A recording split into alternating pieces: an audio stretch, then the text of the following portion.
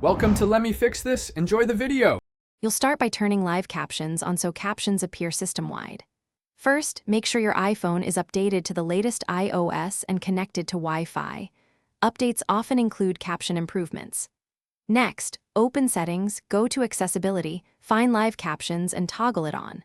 While you're there, select which audio sources you want captioned, media, phone calls, or system audio, and pick the correct language. Doing this now ensures captions are active the moment you need them.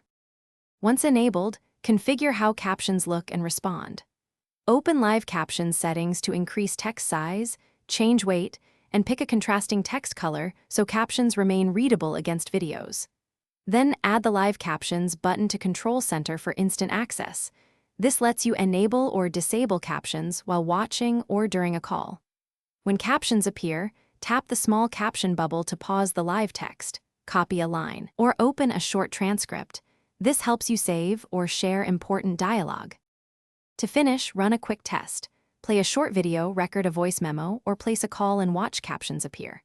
Confirm timing and readability. Make adjustments to size or audio source if needed. If captions lag or freeze, toggle live captions off and back on, then restart the app. This often clears temporary glitches. If transcription accuracy is low, make sure the selected language matches the audio and that microphone permissions are granted. These steps resolve most common issues quickly. Thanks for watching. If you found this helpful, don't forget to like and subscribe.